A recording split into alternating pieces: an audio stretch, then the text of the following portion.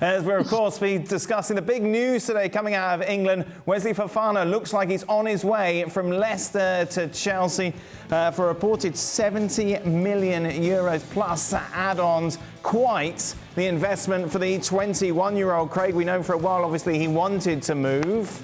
Do you like this deal?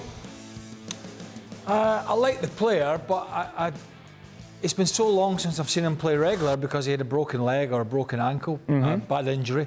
Had looked good up to that point, still only a youngster. It's Van Dijk money, isn't it? Virgil van Dijk, I mean, transfer fees have gone crazy. We talked about that in the show, but Virgil van Dijk had already played in Holland, he played at Southampton, he played at Celtic and had come through, not all in that order, obviously Celtic before Southampton, but had built a bit of a career, and then Liverpool went in and snapped him up for, I think, 75 million or thereabouts. This is not a kick in the backside off it for a youngster who is a very talented young player, there's no doubt, but he's been out for a long period. I think played only 7 games last year. Yep. But that's the market we're in, so big opportunity for him, but no guarantee it's going to work. He's still quite raw, is that fair to say, Nathan? Perhaps, but he's still a very good player, and I think I can see why Chelsea would be interested in him. Obviously, the fee itself raises some more questions, but as I say, I think he's a very good player, and I think ultimately for Chelsea, they're going to be betting on his ceiling, and his ceiling is very high. You know, this could be a potential, future international, somebody that could help Chelsea win the league and the like. And even if he doesn't necessarily hit the ground running and start playing a ton of games this season, they're not signing him for 9 months or 10 months or whatever it is. You're signing for multiple years, and the belief is he'll get better year in, year out in the infrastructure that they have. So I think I see it, I understand it, and it seemed like one of those areas which they needed to sort of like shore up for Chelsea was at the back. You've got Thiago Silva, for as good as he is, he's not getting any younger. So now you've got somebody who maybe you could take under his wing, and who knows, maybe the impact he can have can be as significant as Thiago Silva's in the future. How highly do you rate him, Ian?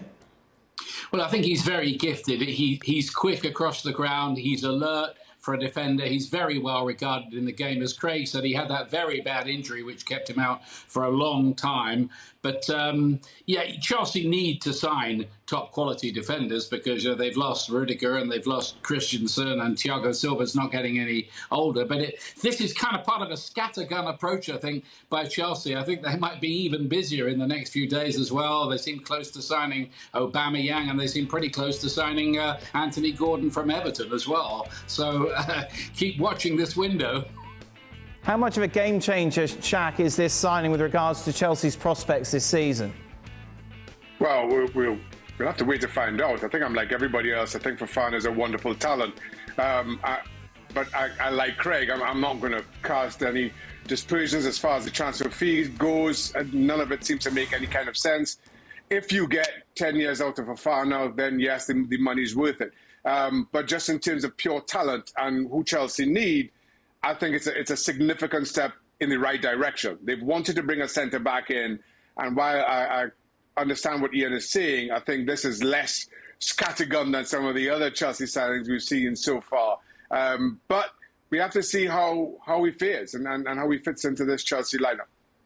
So they get Aubameyang as well. What does that do for their prospects? Makes them, gives them a good prospect. They've been in the top 4, but that's about it for me. They're not in the category of Manchester City, and obviously Liverpool are not up and running yet, so there's a lot of people writing Liverpool off very, very quickly. But Chelsea, it's going to help, but I think a lot of the guys had them outside the top 4, myself included.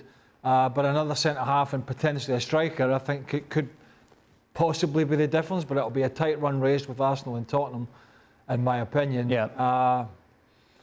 But it beefs up the squad. Koulibaly's obviously got a suspension. That's very short term.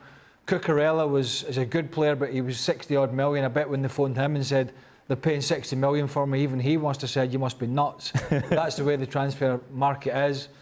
Buying young, talented players who potentially could go on to be something greater than they are, but it's a risk. And gone are the days, it seems, that you went out and you brought in world-class finished articles for half that money.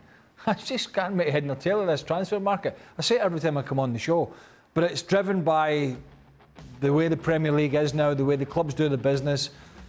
And what I would say is that Leicester City who are already having palpitations about their manager, about their squad, about the recruitment. Brendan Rodgers has talked about it. He's under pressure. This does them no favours whatsoever. No, Leicester had a poor start to the season, obviously, Ian. And of course, who do they play this weekend? Chelsea.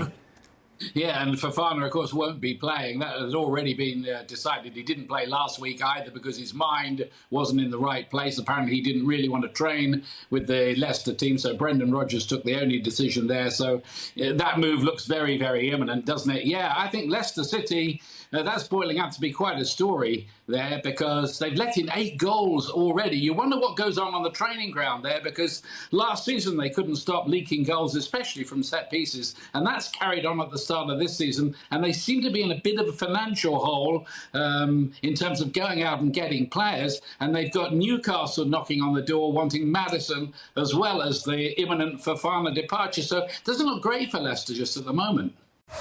Well, thank you very much for watching ESPN on YouTube. For more sports highlights and analysis, be sure to download the ESPN app. And for live streaming, premium content, and let's not forget as well, ESPN FC 7 days a week. Subscribe to ESPN Plus.